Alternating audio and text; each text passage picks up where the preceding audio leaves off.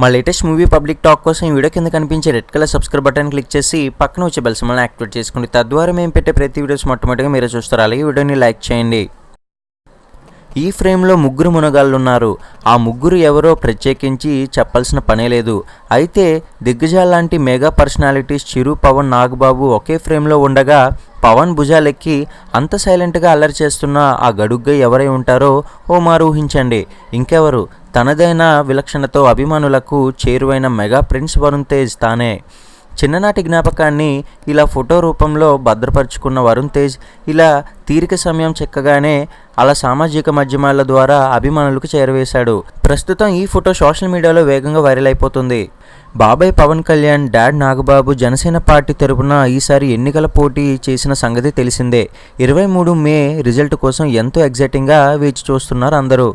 పవన్ గాజువాక సహా భీమవరం నుంచి పోటీ చేశారు. నాగబాబు నర్సాపురం నుంచి పోటీకి దిగారు.